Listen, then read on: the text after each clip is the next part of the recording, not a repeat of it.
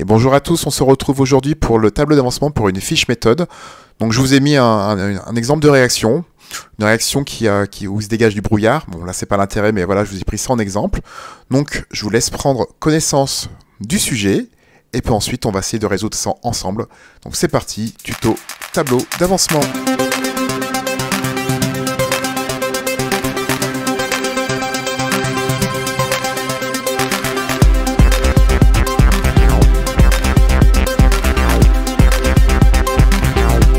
Quelle est cette réaction? Je vous laisse, si vous voulez résoudre par vous-même l'exercice, mettre en pause. Mais donc on prend une spatule de 1 g de permanganate de potassium, on mélange ça avec un ensemble d'oxygéné à 10 ml à 1,94 mol par litre et de l'eau jusqu'à 100 ml, quelques gouttes d'acide sulfurique, et quand on met la petite spatule de permanganate de potassium, donc il se dégage du brouillard. Qu'est-ce qu'on va chercher? On va vous demander la concentration des ions manganèse ainsi que le volume de dioxygène dégagé parce qu'on va produire un gaz et même de la vapeur d'eau à l'état de brouillard. Vous avez en donné pour vous aider les masses molaires de quelques éléments, ainsi que le volume du mol de gaz à 25 degrés, c'est 24 litres par mol, et c'est indépendant de la formule chimique du gaz. Donc voilà pour le sujet. Je vous rappelle que vous pouvez mettre une pause si vous voulez résoudre par vous-même, et si vous voulez savoir comment on résout un tableau d'avancement, et ben c'est parti, on clique sur la suite.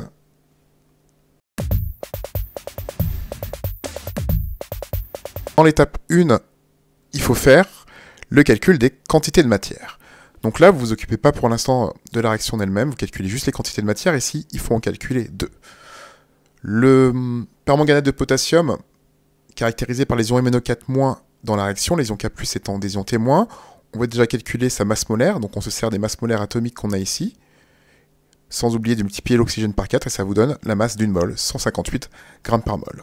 Et ensuite, on applique la formule appliquée pour les solides, petit m soit grand M, petit m c'est 1 g, la masse molaire 158, on obtient 6,3 10-3 mol. A noter que je prends que deux chiffres, car en données j'ai deux chiffres et trois chiffres, et donc je vais m'exprimer avec le moins de chiffres possible, à savoir deux chiffres. Pour l'eau oxygénée, il s'agit d'un soluté, donc je vais plutôt utiliser la formule C fois V.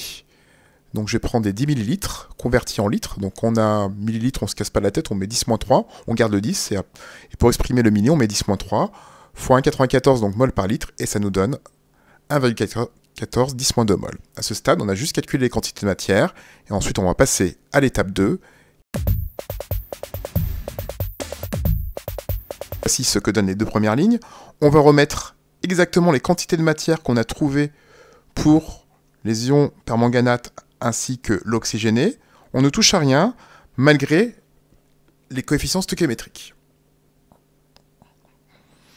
L'acide sulfurique, il faut comprendre que ce sont les ions H+, l'énoncé dit qu'ils sont en excès, donc on va mettre excès tout le long. Pour les produits, on met 0. Une mini-exception se produit pour l'eau. On a déjà de l'eau à l'état initial, puisque on a dit qu'on a complété avec de l'eau distillée ou du robinet jusqu'à 100 ml. On va être solvant. On ne va pas s'intéresser à la petite portion qui va se former parce que c'est vraiment minime par rapport à la quantité d'eau initiale. En cours, on va reprendre la quantité de matière, donc là, cette réaction est en cours de réalisation, et donc c'est là que les coefficients stoichiométriques vont intervenir. Donc, on a un 2 pour MnO4-, donc il va enlever 2x mol d'ion permanganate. De même, pour l'oxygéné, on a un 5 en coefficient stoichiométrique, et il va falloir mettre donc moins 5x. Les réactifs, on met toujours des moins, puisqu'on perd de la quantité de matière en réactif.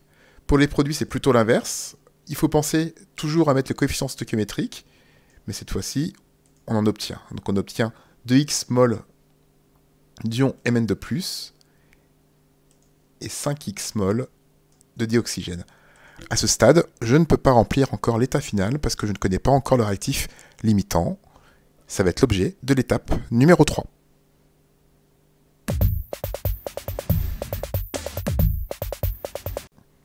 Étape 3, c'est donc la recherche de réactifs limitants. Je vous conseille de bien rédiger, de bien structurer ce que vous faites. La première question, c'est si MnO4- est limitant.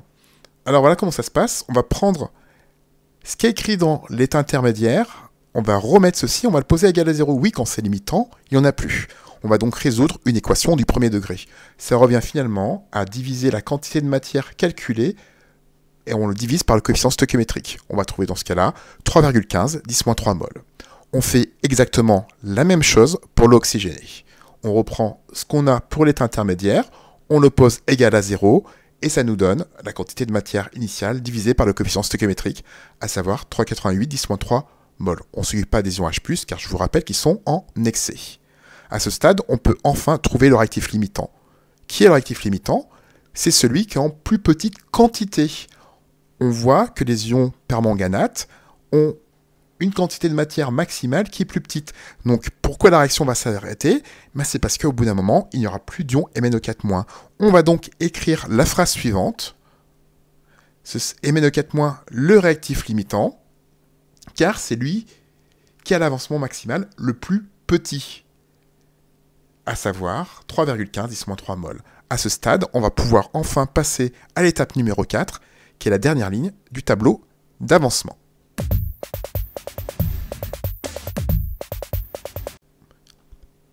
Étape numéro 4, je vous ai remis le tableau d'avancement. Pour vous, il est inutile d'en refaire un. Vous avez juste à prendre le précédent et à compléter la dernière ligne. On va écrire ici la quantité qu'on a trouvée pour x max, on va la remettre. Et puis ensuite, là, c'est toute une série de soustractions. On va remplacer x à chaque fois par cette valeur-là. Donc là, si vous êtes cohérent, je vous conseille de le faire. Vous devez trouver 0. Ça va conforter le fait que les ions MnO4-, c'est bien le réactif limitant. Ensuite, vous allez taper sur une calculatrice 1,94 10-2 moins 5 fois 3,15 10-3.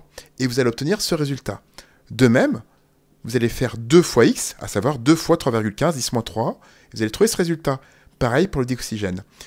Certaines fois, vous allez plutôt mettre par option de facilité 2x max, 5x max. Je vous le déconseille, il vaut mieux mettre les valeurs pour une question de lisibilité. On passe ensuite à l'exploitation de l'état final, à savoir l'étape numéro 5, puisqu'on va enfin répondre aux questions.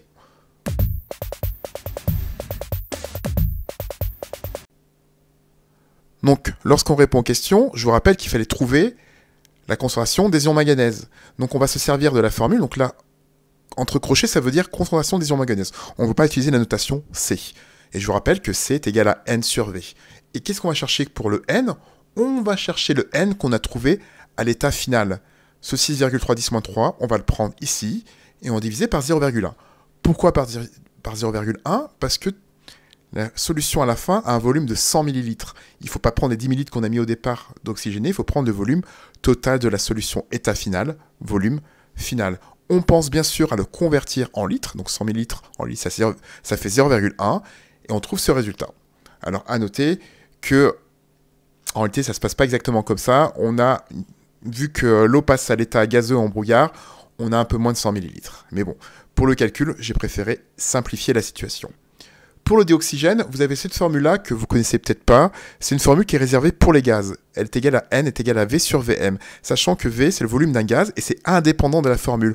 On vous donne dans l'énoncé que le volume molaire, donc noté Vm, c'est 24 litres par mol. En réalité, qu'est-ce que ça veut dire? Ça veut dire qu'une mole de gaz, ça occupe 24 litres, l'équivalent à peu près de 24 bouteilles. Donc là, vous prenez la quantité de matière de dioxygène qui est ici, 1,6 10-2, vous multipliez par ce fameux 24 et vous obtenez 0,38 litres. Voilà.